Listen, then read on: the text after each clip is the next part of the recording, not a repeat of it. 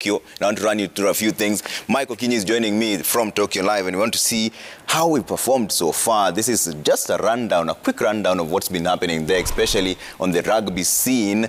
We know Kenya lost 14-19 on the groups game. South Africa, we lost 14-5. Ireland 12-7, and also there's still more, placing 9th and 12th. Kenya 21-7, placing 9th. Kenya 29-0. That's on the rugby front. And Mike, did we really put our best foot forward when it comes to the rugby games? Thank you so much, Trevor. I think given the circumstances under which we prepared for this Olympics, I must say that we thrive in being challenged. Kenya Sevens thrive in being challenged. They're given the challenge, they test themselves, and they know where they are. But then we never did any of those things. We wanted to go for a tournament in the US, but that never materialized because we really feared for our players. We wanted them to get to Tokyo safe, corona-free, so they could not go for that tournament in the United States. So we could not test our players. Our first test was the game against the USA in the first game. And I don't know what happens with our players when they get into certain positions, especially when it's a big tournament like the Olympics. We went in, we were not expecting that US will not be that good. We were winning the game, then we relaxed. And like we said, 90 seconds changed everything. And we needed to win that first game for us to be in a better position moving forward. Because if you win your first game, there's a way it boosts your confidence. So losing that first game just messed up everything else for us. Anyway, Coach Innocent Simiyu explains it the best. Let's listen to Coach Simiyu after they were eliminated from the main cup. First of all, it's just to thank the players who have put in the shift. It has not been easy in terms of our preps leading up to Olympics. If you look at the last 4 years, there's been a lot of changes in the technical bench, and I think that is very tough for the players in terms of preparations.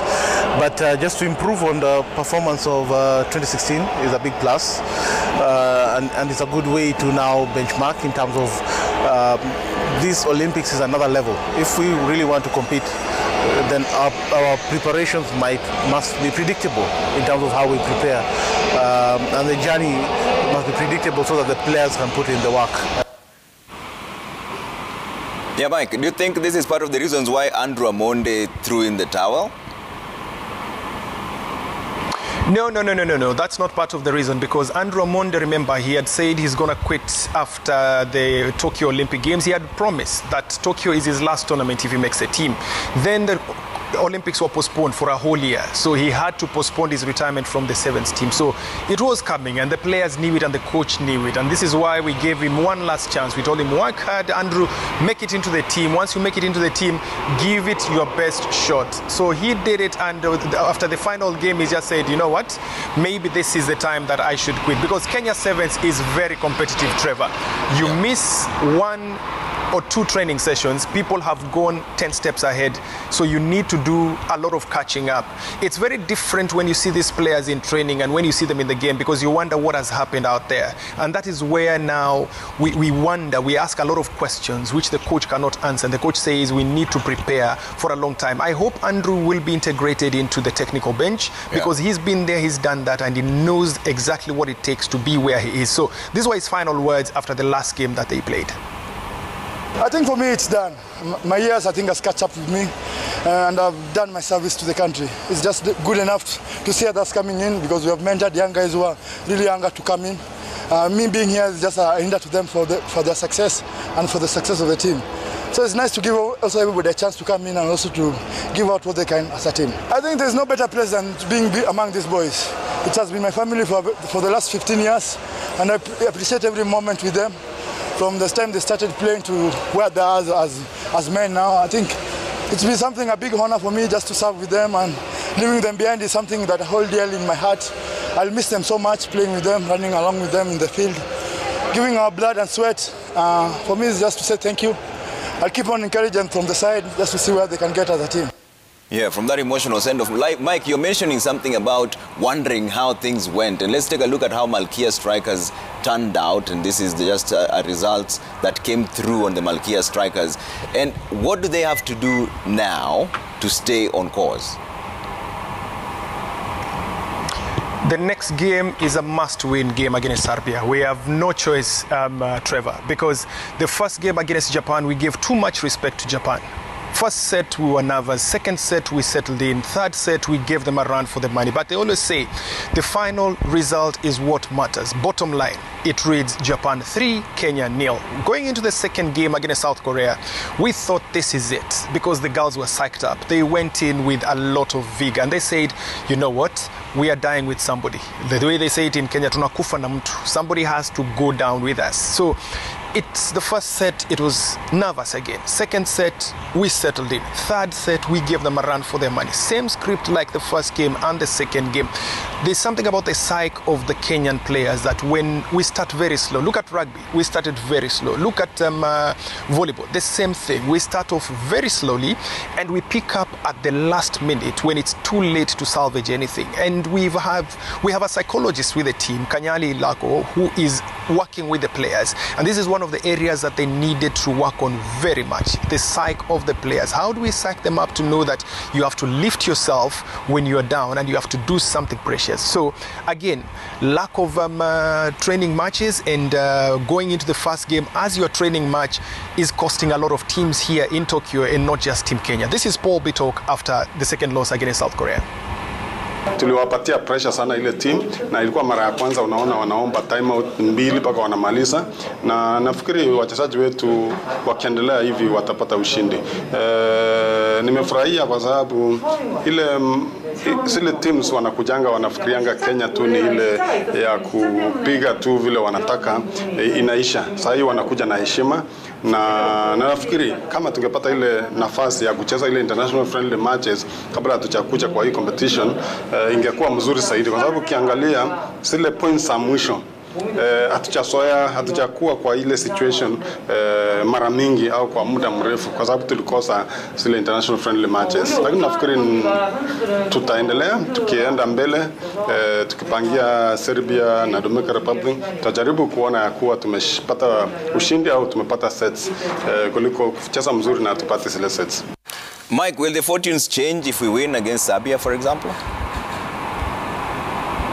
Yes, changes a lot because it gives us a chance. It's a fighting chance if we win against Serbia. It makes us in a better position when we are going to meet Dominican Republic and then the match of the tournament. Everybody is talking about the last game that Malkia Strikers are going to play, and that game will be against Brazil. Why is that so? It's because Kenya has got a technical bench with 3 Brazilian coaches, and the head coach, who is Luis Omar, is actually one coach that he's ranked number 3 in Brazil, and he won the junior championships with Brazil. That is a few years ago. So he knows the Brazil team very well. 4 of the players that are in the Brazil team are players that have played for his club. He groomed them.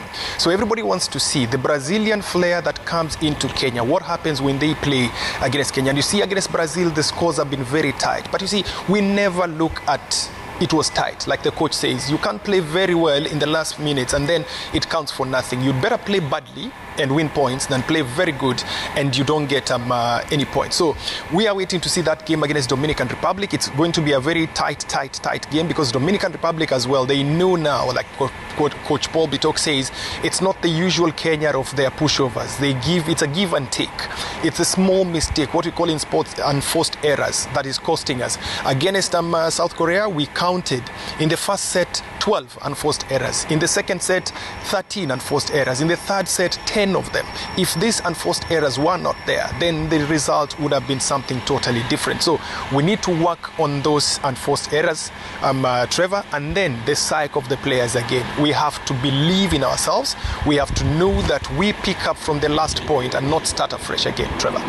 Mike, speaking of the psyche of the players, how is it dawning on the Lionesses as they prepare for tomorrow? Because I remember in your package there you mentioned humidity, a bit of high temperatures, there's a quarantine situation.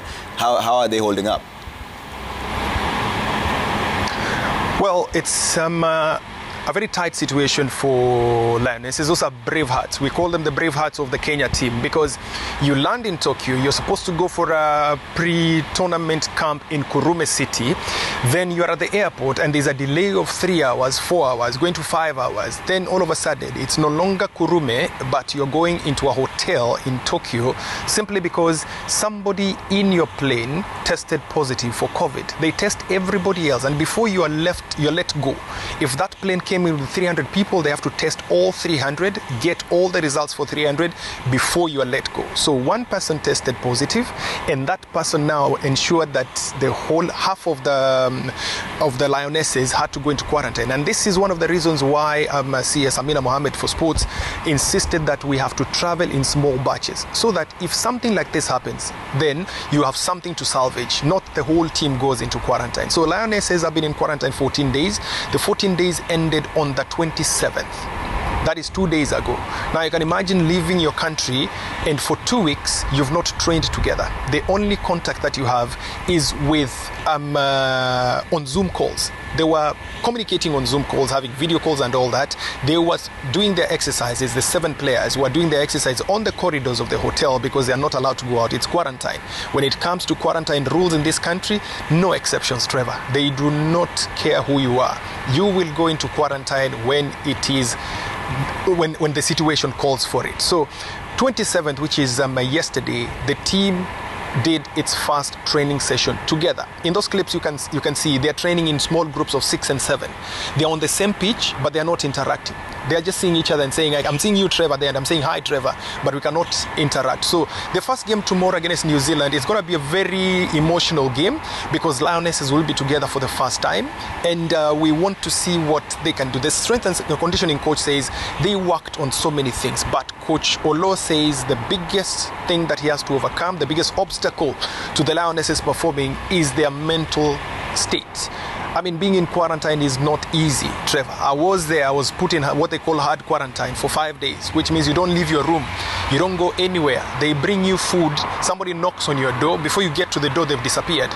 Open the door, your food is there, your water is there. Order anything you want, they will drop it at your door. You're not leaving the room. That space, however big that room can be very lonely.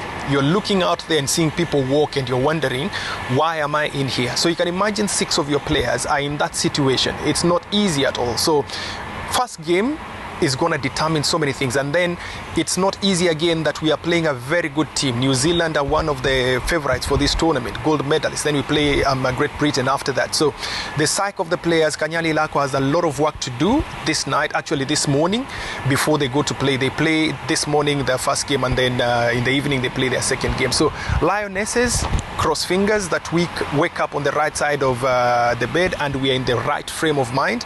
Then we might pull off a few surprises, Trevor. And finally, Mike, you know, our track and field, which is our stronghold, begins on Friday. Are we looking forward to that? Are the team site members, are they ready for this?